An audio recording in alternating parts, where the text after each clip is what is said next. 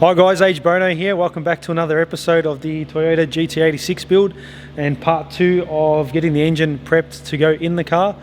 So I've got the valve covers on, as you saw from the last video, and now we're going to be putting the super special parts on right now, which I'll show you now, and partially a color reveal for the engine bay.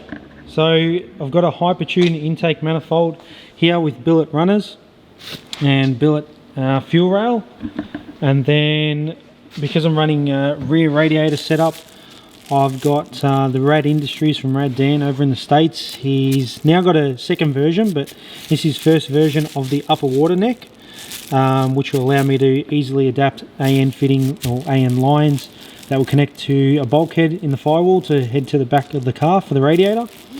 And then we have multiple fittings here for coolant temperature sensors and water return lines as well, so which is really handy. And if you still wanted to run the factory water pump, you can take this plate off as well, which is really nice, and run the factory water pump snout into the top water neck. So that's the top water neck. Then this here is the water pump block off plate. Now, because I'm not running dry sump, I've actually got my alternator on the passenger side, so I won't actually be using this, where this is usually your where your alternator goes on a factory car. But if I was ever to go dry sump, or even I think it's a KC power steering pump that Rad Dan runs on his car, which he then relocates the alternator or back to the original side. So some options down the track, but that's it for now. So really nice bits of aluminium. That's a 2-piece there. So it mounts exactly to the factory position, no gasket or anything. There's only an O-ring on the block, which you'll need, which I'll just use the existing one for now, just for mock-up. But yeah, really nice pieces, and AM fittings come with it, which are O-ringed on one side. But yeah, I've had these for a little bit now. I just haven't got to the stage of putting on the engine. So we'll get it on now. Remove a few more bits and pieces off the engine. So I'll have to take the crank off, water pump, alternator, pretty much the whole front of it actually, the covers here, top water neck, so then I can get access to the water pump. So I'll probably put everything back together as well, again just to get a better idea where everything's going to sit in the car. So let's get into it, get the tools and start cracking. So I'm going to start by taking the alternator off first. I've already taken the adjustment rod off, and this will allow me to pull the belt off as well.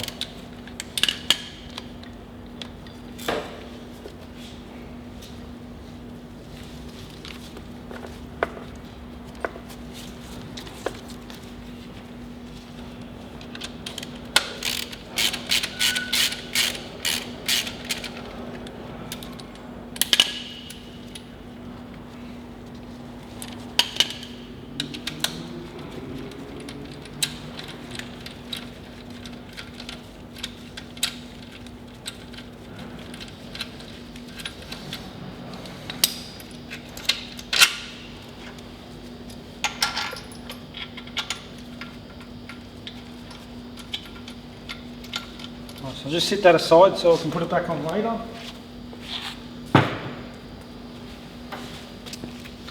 And then we'll have to remove this pulley here in order to get the belt out.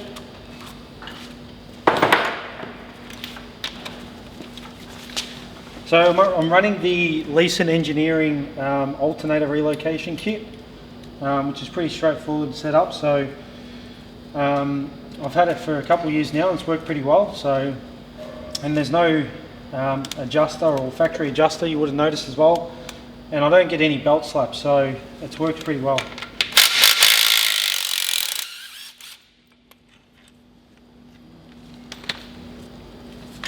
knocked off.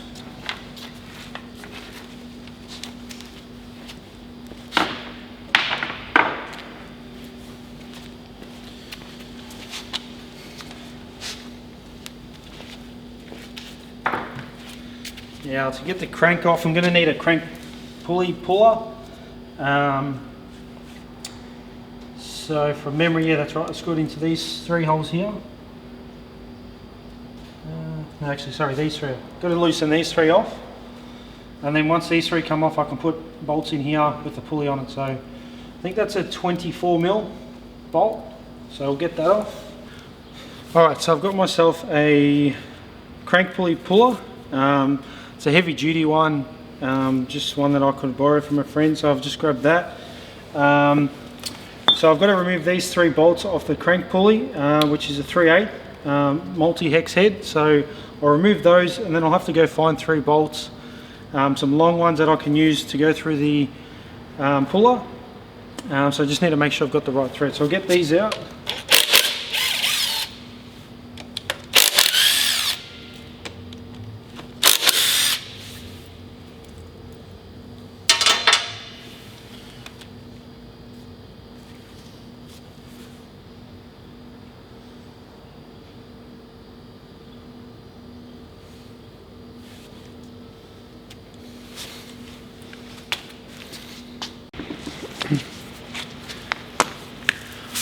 Alright, so the first step to remove the crank pulley is to remove the 3, every crank pulley is going to be different, but remove these 3 bolts out of the ATI supernet dampener, which are the multi-hex heads. Now because of the crank puller that I've got is quite thick, I've managed to find some larger bolts that I'll be able to put through the hole in order to get it out to have further reach. So I've got that ready. What we'll do now is loosen the crank pulley bolt, and once that's loose, you want to leave it a couple of threads in so you don't completely pull the pulley off altogether, because that's what will hold. The actual puller presses up against the bolt on this threaded bolt here, so I'll bring that right down so I've got plenty of length to go. So we'll remove this, or loosen this first.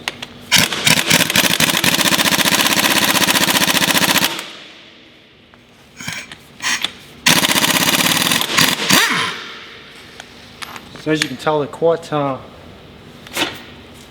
tight, so I'll just screw that back in by hand a little bit, and then we'll get the puller on. So obviously the crank pulley is only going to go as far as the bolt is, so I'll take it out to the face of the crank pulley, and we'll get this in.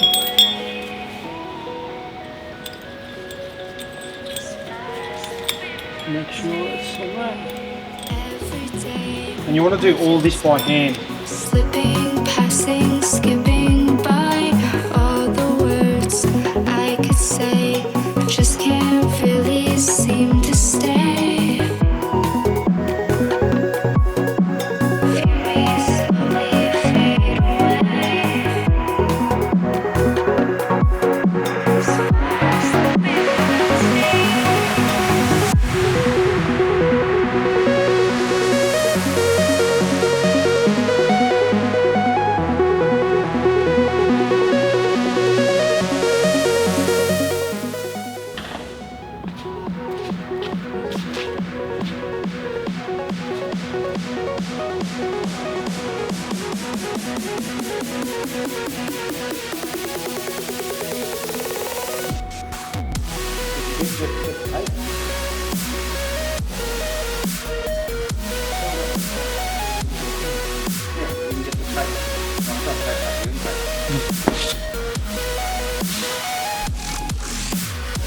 Alright, so now that the crank pulley's off, we'll get the lower cover off and the top cover off.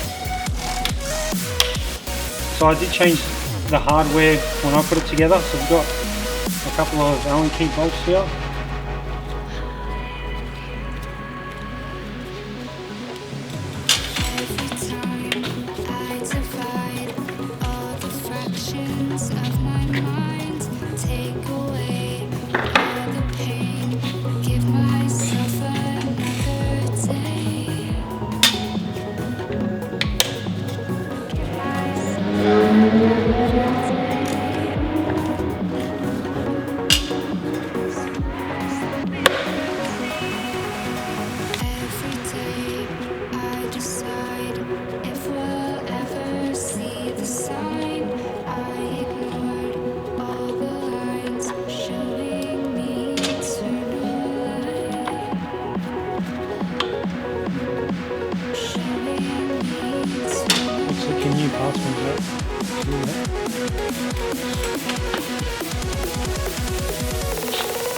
fully going in it.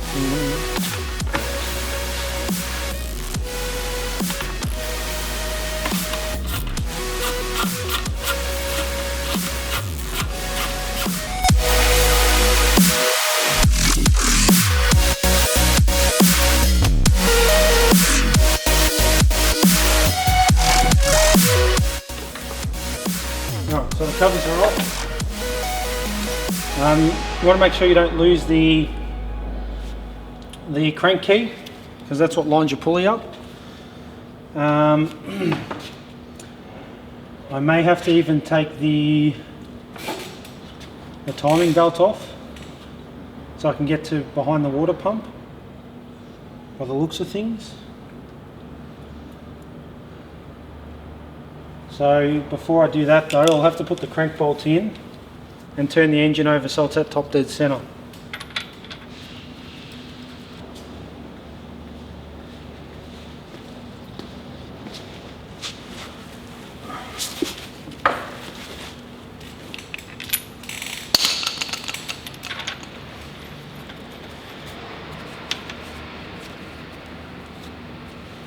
So I've just got a bearing or a spacer just to reduce the gap between the crank pulley bolt and the crank, just so it allows me to turn the engine over. So there are markings on the engine.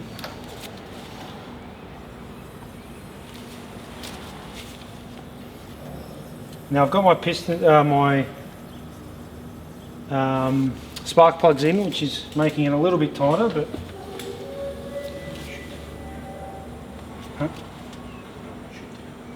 just so nothing gets in there. Alright, so all the good thing about this is there's timing marks on both the back timing cover plate and also on the crank gear and the oil pump, just to make sure that everything's lined up. So when it all goes back together, it's in time. So it comes out. So now I'll need.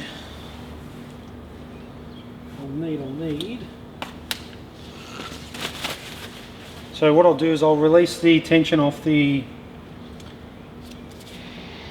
timing belt pulley, but I might have to get the pin so that I can hold the pin in of the piston of the adjuster. So I'll get that.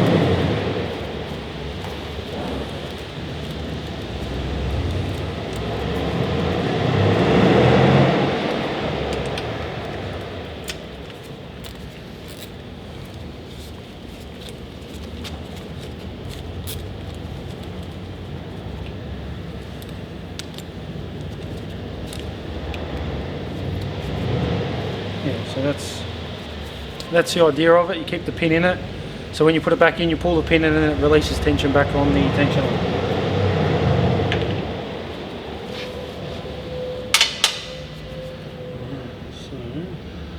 So slip off the belt gently.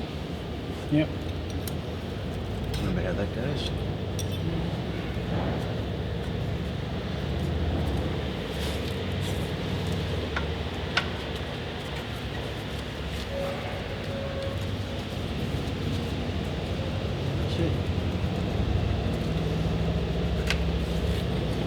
And that's the timing belt off.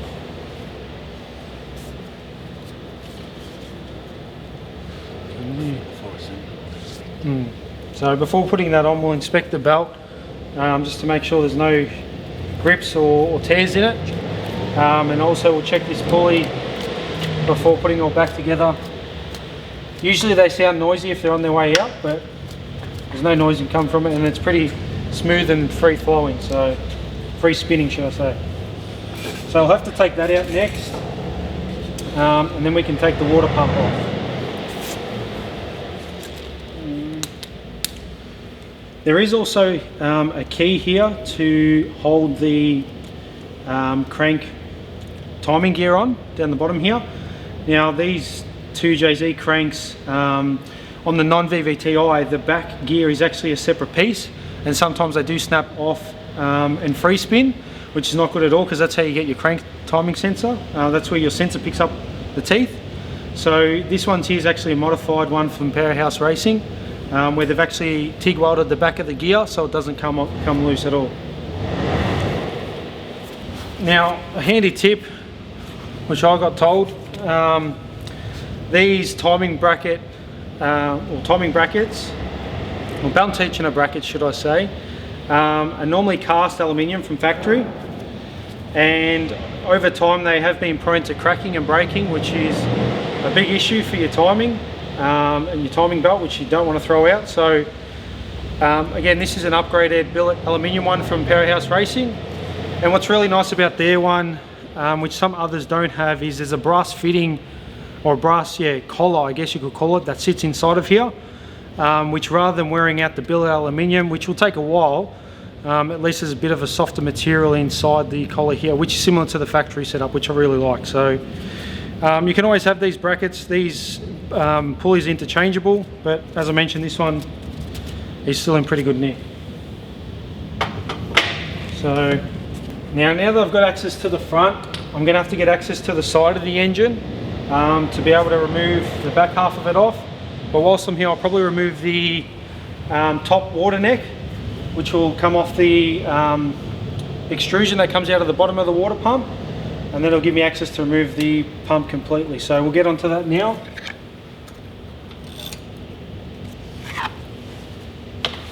Might even try and spin the engine around so it's easier to get to. Alright, so I'll flip the engine around and give me better access to the left hand side, or the driver's side, my driver's side. So I'm going to pull off the water pump and the top water neck all as one assembly. So there's 1, 2, 3, 4, 5, 6, 12mm bolts. Another 2 up here that hold the water neck in. So we'll start loosening them off, and then we will try and pull it off as one assembly, all as one. So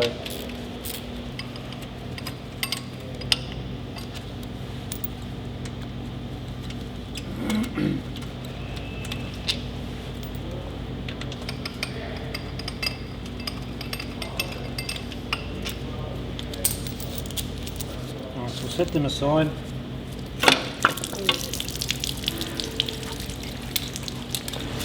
Kind of expected that, but we'll get that cleaned up. It's still in pretty good nick, the pump here. So I believe, yeah, so there's only the rubber O-ring gasket here, which I'll need to use on the new water face outlet. So this will become useless, but I'm probably going to keep this as a spare for a spare motor, potentially in the 180 if I keep it. I'm not sure if I'm going to sell it just yet, but I'll go ahead, clean that up, clean all this coolant up, and we'll get the Rad Industries upper water neck on, and the water pump block off plate. Okay, so we're going to start by putting on the lower water pump. I have cleaned up the surface area. I'm just going to reuse the existing O-ring for the time being, but obviously when it all goes back together I'll put a new one in there. So just going to sit this in place right there, and I'm not going to Loctite it or anything just because it's going to come back off, but we'll line it up, get it in place.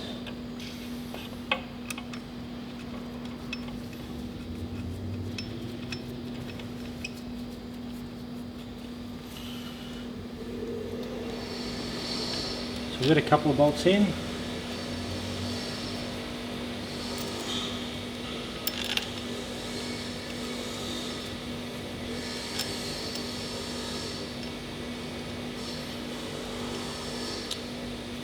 Now I will also replace the hardware, just so it's all fresh when it goes back together, and keep these as spares. Because I have got a few bolts that are mismatched from the original, well, the first time I disassembled it.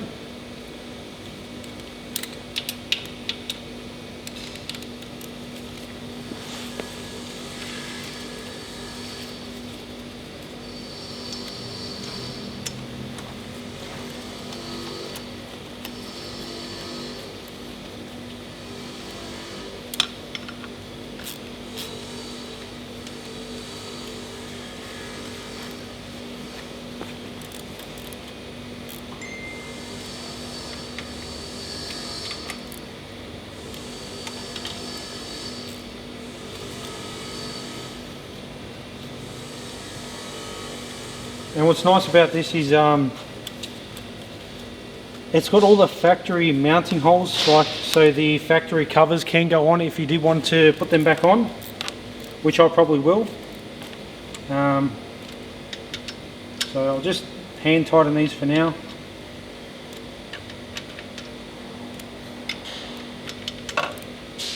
And I just need to get another socket. One of the bolts is a 10mm, they're usually a 12. So we'll tighten that up. And job done for the first bit. That looks really nice. And the BC cam gears just complement it. So I'll just grab the upper water neck now.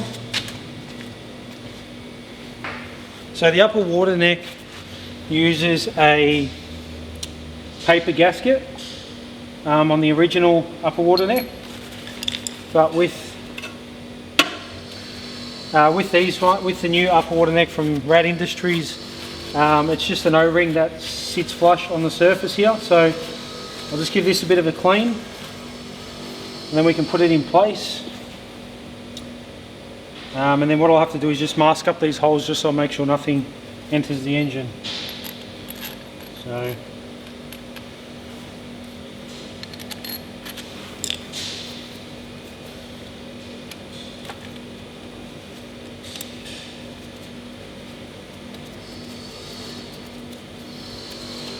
get one in to start it off.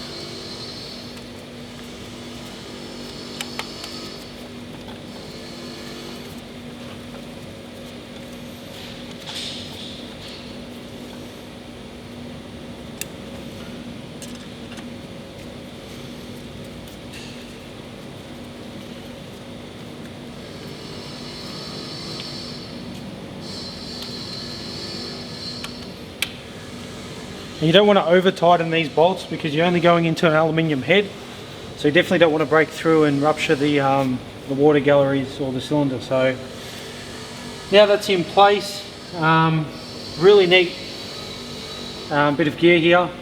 And so from here I'll be able to run off my two AN lines 90 degrees and run off towards the back of the car, which is really neat. So I could have modified the standard one, but this is a lot shorter and it does bring it a little bit lower under the cam gears, which is really nice. So the only other job left to do is to put the intake manifold on, which we'll do now. I'm just getting my dad to clean up the hardware for it, just because I've got a little bit of Loctite on the old bolts. So we'll get that and then we'll put the intake manifold on, and then it's pretty close to being put in the car. So can't wait, it looks absolutely sick, love it.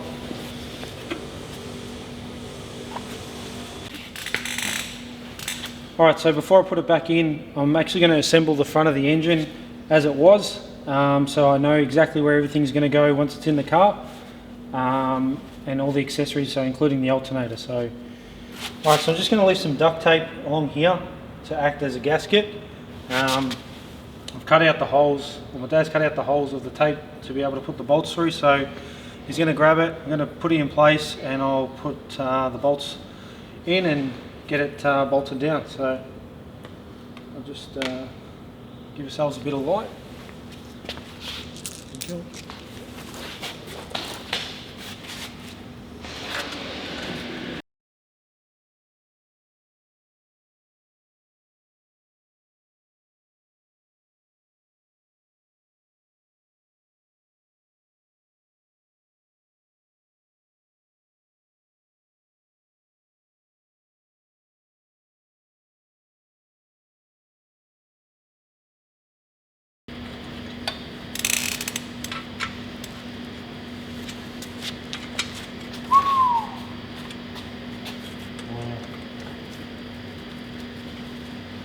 Now don't worry about this for the moment. I've got some things coming to replace these, which will tie in a lot better. I think you can kind of guess with the purple that I've got there what's going to replace it, but looks really nice. Alright, so that's done. Pretty much wraps up everything. Just got to bolt the alternator on actually. You can probably do that now. Try the new belt. And then the only thing that's going to be left, I'm going to be changing the rear housing on the turbo. Going from a, what is it that? I think a point... 0.82 or 84 I think it's a, yeah, 0.82 to a 10. to a 101. 3 times you call it. So might even do that before it goes into the car.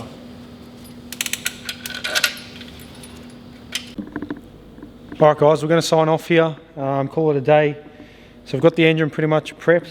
Last thing it will be to tape up the nice shiny bits on it so it doesn't get scratched going in the car, and then I'll even put the new rear housing on, so then I can work out where the exhaust is going to go. So thanks for watching part 2. Stay tuned for part 3, and we'll catch you on the next one. Peace.